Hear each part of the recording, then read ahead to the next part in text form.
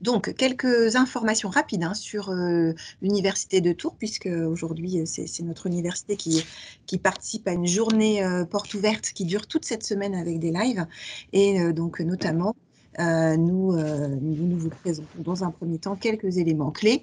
Donc, l'Université de Tours a été créée en 1970. Ça représente 315 diplômes nationaux qui vont donc du DUT au doctorat. Et c'est environ 30 000 étudiants chaque année. Plusieurs disciplines sont représentées. Les arts et sciences humaines, le droit, économie et sciences sociales, les lettres et langues, les sciences et techniques, le centre d'études supérieures de la Renaissance, la médecine, les sciences pharmaceutiques. Et il y a également 2 IUT qui sont à Tours et à Blois, puis une école polytechnique à Tours. Donc, je fais partie du service de la formation continue. Donc, c'est ce service qui, au sein de l'université, se charge de la VAE, mais également de la reprise d'études en général pour les adultes. Donc, je suis Stéphanie Dautel et au sein du pôle VAE, vous avez aussi ma collègue Carole Sainteau qui suit la réunion également, qui s'occupe de la gestion des dossiers des inscriptions. Voilà, et puis ma collègue Nadia Joubert fait également partie du service de la formation continue, mais sera là aujourd'hui simplement pour la partie validation des acquis personnels et professionnels. Alors, donc on va rentrer sur la partie VAE déjà. Donc la VAE, c'est quoi? C'est un droit individuel qui est inscrit donc, dans le Code du travail depuis 2002. Et le principe de la VAE, c'est le fait de permettre à toute personne d'acquérir la totalité ou une partie d'un diplôme, d'un titre à finalité professionnelle ou d'un certificat de qualification répertorié par une branche professionnelle en faisant valider les acquis de l'expérience professionnelle et ou bénévole. C'est donc en fait une 4e voie d'accès au diplôme. En règle générale, on passe tous par la formation initiale qui nous permet par les bancs de l'école de suivre des cours puis d'obtenir un diplôme. Vous avez aussi la voie de l'apprentissage qui permet donc d'être à la fois salarié et en formation. Et également la formation continue, donc qui permet une reprise d'études, comme je l'ai dit tout à l'heure. La VAE, c'est un autre dispositif qui inverse un petit peu la tendance. Là, on ne part pas d'une formation, mais plutôt de l'expérience, et on cherche à faire reconnaître les acquis de cette expérience, donc toutes les compétences et les savoirs que vous avez acquis sur le terrain peuvent être reconnus grâce à ce dispositif qu'est la VAE. À qui ça s'adresse? Eh bien, à tout le monde, en fait. Il n'y a pas de condition d'âge, de niveau, de situation professionnelle. Donc, que vous soyez aujourd'hui demandeur d'emploi, fonctionnaire, salarié, à votre compte, vous pouvez tout à fait accéder à la VAE. La seule condition, en fait, c'est la question de l'expérience. Donc, aujourd'hui, la loi nous demande 12 mois d'expérience minimum en lien avec le diplôme que vous visez. La nature de l'expérience peut être salariée, non salariée ou bénévole. En tous les cas, il faudra justifier de cette expérience, c'est-à-dire pouvoir présenter des certificats de travail, des justificatifs autres de type bulletin de salaire ou même certificat de la Caisse nationale d'assurance vieillesse pour pouvoir justifier de cette expérience. Précision, cette expérience peut avoir lieu à l'étranger. Avoir eu lieu à l'étranger, pardon. Le tout, c'est que cette expérience ne soit pas trop ancienne non plus. Quels diplômes, quelles certifications sont accessibles? Quasiment tous, en fait. En tout cas, nous, au sein du service universitaire de formation continue de l'Université de Tours, on s'occupe des diplômes délivrés par l'Université de Tours. Les IUT de Tours et de Blois ont un service VAE qui leur est propre. Donc, vous pouvez accéder à cette information sur la dernière page de ce PowerPoint. On vous transmettra leurs coordonnées si vous souhaitez prendre contact avec nos collègues. Les certifications qui sont assez accessibles sont toutes répertoriées dans un répertoire accessible sur le site francecompétences.fr. Pour ce qui concerne l'université, donc quasiment tous les diplômes sont accessibles. Vous allez enlever les diplômes surtout de la faculté de médecine qui, pour certains, sont protégés. Sinon, la quasi-totalité des diplômes sont donc ouverts à la VAE. En dehors des diplômes universitaires, puisqu'il y a certains diplômes universitaires, enfin la plupart des diplômes universitaires ne correspondent pas à un niveau de formation, c'est une spécialité, donc non accessible par la VAE. À Tours, il y a un DU qui est accessible par la VAE, c'est le DUMI, qui est un diplôme de musicien intervenant. Alors, comment choisir le bon diplôme? Donc, effectivement, en VAE, vous allez être amené à sélectionner un diplôme qui correspondra le plus à votre expérience passée, puisqu'on reconnaît des acquis de pratique sur le terrain. Donc, c'est vraiment ça qui doit guider en priorité le choix de votre diplôme, mais c'est également ce que vous voulez en faire, c'est-à-dire le projet que vous avez derrière. Donc, on ne va pas choisir un diplôme de la même manière si c'est pour accéder à un concours, si c'est pour effectuer une évolution professionnelle. Voilà, il y a vraiment un choix à faire, et plus vous faites ce choix de manière approfondie, plus vous garantissez aussi vos chances de réussite dans cette validation des acquis. Donc il existe en Indre-et-Loire un point information conseil VAE qui vous propose des réunions d'information sur le dispositif de VAE, mais également, et c'est ça qu'on va vous conseiller de faire, c'est de suivre, pouvoir bénéficier en tout cas d'un entretien personnalisé. C'est gratuit, ça dure environ 1h30. Les entretiens ont lieu soit en présentiel, soit en distanciel, selon les possibilités du moment. Et vous pouvez donc contacter ce point information conseil qu'on appelle PIC par téléphone ou par mail pour demander à bénéficier d'un entretien. Spécifiez-leur bien que vous avez suivi notre réunion et voilà, ça vous évitera de suivre également la réunion d'information VAE du PIC, voilà, ça serait un petit peu redondant. Ensuite, je vais vous parler maintenant des étapes, c'est-à-dire par quelles étapes on passe quand on suit une VAE. Donc la première, comme je vous l'ai dit, c'est de choisir la bonne certification, et pour ça, le PIC est présent, et puis nous également à l'université. Si vous avez un projet de VAE et que vous voulez avoir un échange avec moi, il n'y a pas de souci, vous pouvez le solliciter. En tous les cas, les étapes suivantes sont de démarrer par la fait de constituer un livret 1 ou livret de recevabilité. Ça s'effectue chez nous entre janvier et avril chaque année. Cette recevabilité permet de vérifier que vous avez bien une année d'expérience en lien avec le diplôme, et que le niveau de diplôme que vous avez visé correspond bien à votre niveau d'expérience acquise. Donc c'est un petit sas dans lequel on va s'assurer que vous ne faites pas une fausse route, et que vous pouvez bien évidemment ensuite vous engager dans une démarche de VAE en toute tranquillité. Donc l'étude de ce livret s'effectue chez nous par un enseignant, enfin par le pôle VAE, donc moi-même, je vérifie les 12 mois et puis que le diplôme choisi est bien en lien avec votre expérience. Mais c'est le responsable du diplôme qui va lui donner un avis de faisabilité sur voilà, un pronostic de possibilité d'effectuer une VAE. Alors c'est un pronostic, ça ne voudra pas dire que derrière vous avez 100% de chance de valider l'intégralité du diplôme, mais en tout cas, voilà, ça indique que vous avez le profil pour démarrer une VAE.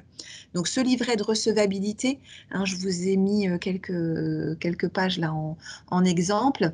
C'est un CERFA qui fait 4 pages. La première page vous permet de compléter des questions d'identité, de profil. Et la rubrique 5 est la plus importante, c'est un tableau dans lequel vous devez intégrer les expériences que vous avez eues et qui sont en lien avec le diplôme. Donc vous allez à chaque fois pouvoir noter C'était quand, c'était où, donc dans quelle entreprise, quelle a été la durée de cette expérience et surtout dans la dernière colonne, c'est la colonne la plus importante, quelles sont les activités, les tâches qui sont en lien avec le diplôme que vous visez. Donc, n'hésitez pas à bien compléter ce tableau, quitte à effectuer un tableau supplémentaire hein, que vous joignez en pièces complémentaires, de manière à bien décrire votre expérience. On vous demandera un CV, une lettre de motivation en complément, mais c'est très important pour le responsable du diplôme de pouvoir voir l'ensemble des missions que vous avez eues, le degré de responsabilité, la variété de vos expériences. Donc, ne pas négliger cette étape. Pardon, je reviens à mon tableau du coup. Donc en fait, nous, on a 2 mois hein, en tant qu'administration pour vous répondre sur cette recevabilité. Et ensuite, vous pouvez entamer hein, une démarche de VAE. Donc ça, c'est entre septembre et mai de l'année suivante, chaque année, hein, selon un calendrier que je vous présenterai sur la page suivante. Donc dans ce dossier, hein, c'est quoi un dossier de VAE ? C'est un document que l'on vous transmet. Donc, vous avez, on va dire, un cadre qui est proposé, mais qui est assez ouvert. C'est-à-dire que ce qu'on va vous demander hein, dans ce document, ça va être de décrire votre expérience en sélectionnant au minimum 3 expériences significatives. Donc, ça va être des projets, des situations vécues, des postes tenus. Vous allez les sélectionner de manière à faire ressortir l'ensemble des compétences que vous possédez et qui sont de niveau et en lien avec le diplôme visé. Donc, vous allez vraiment, dans ce document, expliciter, ben voilà, quand j'ai fait tel projet, voilà comment je m'y suis pris, c'est-à-dire avec quels outils, avec quels moyens, avec quelle intention, quelle était ma posture professionnelle. Vous allez à chaque fois faire des liens avec des concepts et des auteurs, hein, donc de la théorie, qui va correspondre aux sciences hein, du domaine dans lequel vous déposez votre dossier. Et on attend de vous, sur des diplômes de niveau universitaire, une certaine réflexivité sur votre posture professionnelle, sur le contexte aussi hein, dans lequel vous évoluez, avec une prise en compte stratégique aussi hein, sur un niveau entreprise. Voilà, donc c'est assez complexe. Hein. Il y a une description qui se fait à la première personne effectivement des tâches, mais on n'attend pas de vous que ça soit une simple description de votre métier, hein, mais également une prise de distance, une analyse sur voilà ce que je fais, comment je le fais et quels résultats j'attends et qu'est-ce que ça produit hein, de manière en termes de résultats. Voilà. Donc ce livret 2, il fait environ 60 pages, hein, c'est 60-100 pages, c'est grosso modo la taille du dossier que l'on vous demande de rédiger. Vous pouvez le rédiger en étant accompagné, hein, donc nous au sein du pôle VA de l'université, on propose un accompagnement, j'en reparlerai tout à l'heure, hein, je reviendrai là-dessus de manière plus appropriée. C'est une possibilité qui est offerte aux candidats à la VAE. J'enchaîne un petit peu sur les étapes hein, et puis je reviendrai sur le calendrier et l'accompagnement ensuite. Une fois que vous avez rédigé ce dossier, il est à rendre chaque année au mois d'avril et vous avez donc on convoque hein, finalement un jury qui va statuer sur le fait de vous délivrer le diplôme en totalité ou partiellement. Ce jury, il se passe chaque année en juin ou en juillet. Il est composé d'enseignants et de professionnels, donc une majorité d'enseignants et des professionnels du secteur en lien avec votre diplôme. Ce jury va vous recevoir il y a 15 minutes pendant laquelle vous vous présentez, environ hein, 15 minutes, puis s'ensuit 30 minutes de questions-réponses. Le jury, comme je le disais tout à l'heure, va décider de vous attribuer l'ensemble des matières. Dans ces cas-là, ça sera une validation totale. Hein, donc ça, c'est une possibilité. Le jury peut dire, voilà, ce dossier et cet échange nous permet de valider les compétences qui sont nécessaires pour obtenir le diplôme. Donc, vous obtenez un diplôme qui est exactement le même que les étudiants qui ont suivi donc, les cours. Le jury peut décider de ne pas délivrer l'ensemble des matières. On appelle ça des unités d'enseignement chez nous. Dans ces cas-là, on appelle ça une validation partielle. Et le jury va prescrire un parcours complémentaire, c'est-à-dire qu'il va vous inviter à soit suivre la formation des modules que vous n'auriez pas obtenus. Donc, ça veut dire qu'à la rentrée suivante, vous pouvez suivre un certain nombre d'heures de formation sur les modules manquants. Ça peut être aussi, la prescription peut être aussi de vous proposer de rédiger un mémoire. Donc le mémoire, voilà, c'est un autre écrit universitaire avec ses codes, un mémoire de recherche. Et dans ces cas-là, un tuteur est nommé et vous guide dans la rédaction de ce dossier, de ce mémoire. Voilà, ça peut être aussi tout autre écrit complémentaire qui ne serait pas de type mémoire, mais une fiche bibliographique. On peut aussi vous demander de retravailler une partie spécifique de votre dossier de VE. Voilà. Le jury peut aussi délivrer un refus, ça veut dire que aucune des matières n'est validée et que donc absolument aucune matière du diplôme ne vous est délivrée. Bon, c'est extrêmement rare, ça peut arriver, d'où l'importance d'un choix dès le départ qui soit le plus adapté, ne pas se tromper de diplôme. D'où l'importance aussi pour vous de prendre contact avec nous, de questionner un petit peu comment ça se passe au sein de notre université. Et d'où l'intérêt aussi de bien mettre de l'énergie dans l'écriture de votre livret 2, donc le dossier VE. L'importance d'un accompagnement a du poids aussi dans la réussite de votre VE. Donc je vais enchaîner sur cette question. Nadia, tu me dis s'il y a quelque chose qui pose souci. Bon, a priori, non. Alors, le calendrier de la démarche. Je vous disais, dépôt des livrets entre janvier et avril. Accompagnement possible dès la rentrée, donc septembre jusqu'à mai. Et puis, dépôt des dossiers chaque année en avril pour un jury en juin-juillet. Voilà, c'est ce que j'expliquais sur le tableau précédent.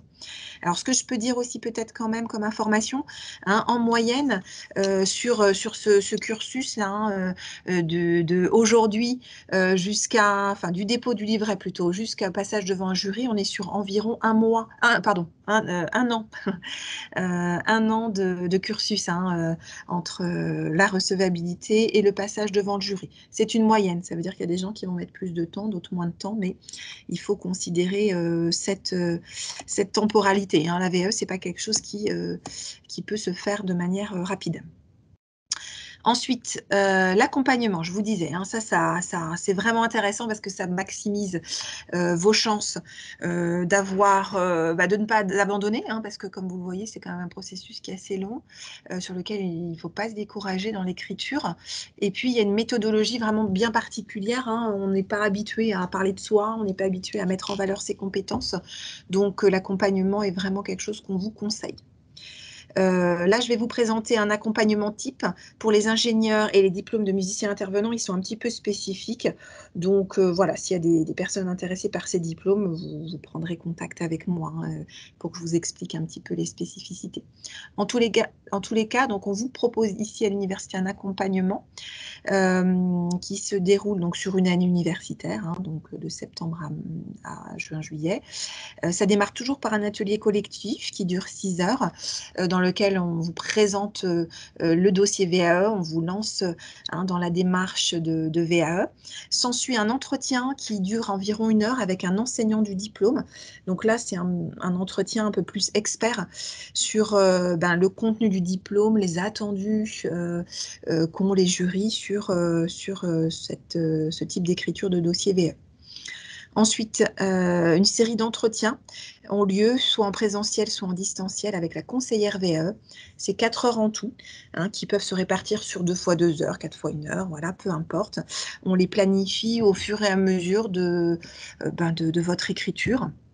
Et pour vous, voilà, hein, ça dresse des jalons, ça vous permet d'avoir un petit objectif et ne pas lâcher. Ensuite, un suivi personnalisé à distance, c'est-à-dire qu'en dehors de ces entretiens qui sont fixés avec des rendez-vous qu'on fixe ensemble, il peut y avoir des échanges téléphoniques et mails. Hein, dès que vous avez une question, un problème, on peut tout à fait y répondre et vous dépanner. Voilà. Ce suivi, on le comptabilise à peu près sur 2 h 30. Hein, voilà. Ensuite, l'accompagnement, une fois que vous avez rempli votre dossier, que vous l'avez rendu en avril, on vous propose de participer à un atelier qui dure 3 heures, qui se fait en plus petit groupe, hein, dans les ateliers là on est sur 3-4 personnes. Pendant cet atelier, on vous prépare, on fait un oral blanc en fait, hein, finalement, de votre audition devant un jury. Voilà, donc ça c'est plutôt apprécié par les personnes qui font des VAE chez nous. Et puis, l'accompagnement ne s'arrête pas à l'issue de votre passage devant le jury. Hein, lorsque vous avez les résultats de VAE, on organise un entretien ou plusieurs entretiens pour organiser le suivi, c'est-à-dire mettre en place, en cas de validation partielle, votre inscription à l'université, si vous voulez suivre des cours, la mise en lien avec les enseignants en cas de mémoire, etc. Donc, il y a un suivi qui est proposé et un conseil qui est organisé sur cette phase-là. Cet accompagnement a un coût, et la VAE a un coût d'ailleurs dès le départ, hein, l'étude de la recevabilité. Donc, première étape, donc un tarif de 90 €, quel que soit le diplôme. Et ensuite, l'accompagnement a un tarif qui varie. Donc selon le diplôme. Donc, sur la colonne de droite, hein, vous avez le tarif avec accompagnement, donc qui varie donc de 1430 à 2530 selon les diplômes. Vous pouvez aussi choisir de ne pas être accompagné, hein, vous êtes libre. Et dans ces cas-là, il y a un tarif qui est donc de 620 € et de 700 €. Ces tarifs sont les tarifs avec un financement. Hein. Donc, je vais en parler juste après. Il peut y avoir un tarif un petit peu plus allégé pour les personnes qui autofinanceraient leur démarche. Donc ça, on pourra en parler aussi après. Donc, les prises en charge financières. En fait, elles varient un petit peu selon vos statuts, mais il y a vraiment plein de possibilités, hein, pour vous. Donc, là-dessus, on pourra vous conseiller, hein, moi et Carole. Pour les demandeurs d'emploi au sein qui habiteraient la région Centre, il existe un chèque accompagnement VAE du Conseil régional qui est de 700 €. Et Pôle emploi complète avec 500 €, ce qui vous fait un budget de 1200 €. Notre tarification pour les demandeurs d'emploi de la région s'aligne sur ces 1200 €, de sorte à ce que vous n'ayez pas d'investissement supplémentaire. Pour les autres personnes, mais également pour les demandeurs d'emploi d'ailleurs, hein, en fait, maintenant le CPF est accessible. Donc, le CPF, c'est le compte personnel de formation. Hein, vous avez une application qui vous permet directement sur le site CPF, hein, moncompteactivité.gouv.fr, de pouvoir voilà, effectuer la demande en ligne. Donc, c'est vraiment maintenant une des modalités les plus simples de financement. Mais pas que. Hein, votre employeur, si vous êtes salarié ou agent de la fonction publique, peut très bien décider de financer votre VAE, hein, et ça rentre dans ces cas-là dans le plan de développement des compétences. Si vous êtes non salarié, donc libéraux, enfin voilà, votre auto-entrepreneur, vous avez donc des fonds individuels de formation pour les professions libérales et autres professions d'ailleurs. Donc, vous pouvez aussi faire une demande auprès de cette structure. Pour les bénévoles, votre association, hein, peut également éventuellement financer. Hein. Donc, dans ces cas-là, on établit un devis que vous pouvez donc soumettre à votre employeur ou au président de l'association. Voilà, s'il y a des questions sur les prises en charge financières, hein, vous n'hésiterez pas à les poser tout à l'heure. On est de toute façon à votre disposition. Pour nous contacter, donc comme je vous l'ai dit tout à l'heure, hein, au sein de l'université de Tours, vous avez le pôle VAE, donc vous avez mon contact et puis celui de ma collègue Carole pour les devis et autres informations plus administratives. Je vous ai mis les coordonnées des IUT de Tours et de Blois qui peuvent vous renseigner, qui ont des dispositifs très similaires, mais parfois avec des calendriers différents. Et puis, pour les diplômes d'ingénieur, vous pouvez également contacter Monsieur Macris, qui vous proposera un entretien, un préalable de toute façon à toute démarche, afin voilà, de bien vous orienter et de vérifier que votre projet est viable sur ce type de diplôme. Voilà, donc je vais passer la parole à ma collègue Nadia Joubert qui va vous parler de VAPP et on gardera le temps de questions-réponses sur l'ensemble des dispositifs, hein, des validations des acquis. On ouvrira les micros et on répondra aux questions que vous avez éventuellement posées dans la conversation en fin voilà, de réunion. Je te laisse la parole, Nadia. Alors, donc la VAPP, c'est effectivement un autre dispositif. Il ne faut pas confondre avec la VAE. Donc, c'est la validation des acquis personnels, professionnels, pédagogiques et vous permet d'accéder à une formation sans être titulaire du diplôme requis. Elle peut vous permettre également de demander un allègement de parcours de formation. Par exemple, vous souhaitez entrer en L3 Histoire sans être titulaire de la L2 Histoire. Donc, elle vous permet d'entreprendre une formation sans avoir le diplôme requis. Elle vise à reconnaître vos connaissances acquises lors de vos différents parcours d'études ou de formation, ainsi que la valeur formative de vos expériences professionnelles ou sociales. Ça peut être des activités bénévoles et qui sont en lien avec la formation. Donc, elles vous permettent d'intégrer une formation de l'enseignement supérieur. Elle peut également vous permettre d'avoir un allègement de parcours de formation par rapport à vos différentes expériences. Par exemple, vous pourrez très bien vous valider une matière, une unité d'enseignement, comme ma collègue a pu vous citer tout à l'heure, dans l'anglais, parce que vous avez eu une très bonne expérience dans ce domaine-là. Quels acquis? C'est toute formation suivie dans un établissement ou une structure de formation, donc expérience professionnelle en situation de salarié ou bénévole, comme je vous l'ai dit précédemment, une auto-formation, une expérience personnelle également. Votre dossier, il est à compléter sur une plateforme qu'on appelle e-candidat ou sur une plateforme Jotform pour les Master 2 qui sont en groupe spécifique de formation continue. Il faut savoir qu'il faut consulter régulièrement la page de la formation que vous souhaitez entreprendre afin de connaître les dates exactes. En général, c'est au mois d'avril-mai. Donc là, je vous ai mis un petit aperçu de e-candidat pour bien vous montrer que quand vous êtes dessus, il faut aller sur validation d'acquis. Et après, vous choisissez soit VA M2 ou VA L2 ou L3. Donc, vous avez différents interlocuteurs à l'université qui peuvent vous aider, notamment sur des questions pédagogiques, vraiment le contenu pédagogique des formations. Donc, vous avez des interlocuteurs sur la faculté d'arts et sciences humaines, Madame Fresneau, par exemple. En lettres et langues, vous avez Madame Gauthier. En sciences et techniques, Madame Béatrix. Et à la faculté de droit, Madame Thibault, et puis également un secrétariat pédagogique des masters. Et à la faculté de médecine, pour les masters, vous avez Madame Augrel. Il faut savoir que notre service de formation continue est à votre disposition pour vous renseigner et puis vous aider aussi dans la constitution de ce dossier qui est malgré tout assez rapide puisque vous le faites en avril-mai et ensuite il passe en commission fin juin ou début juillet, donc vous avez une réponse assez rapidement.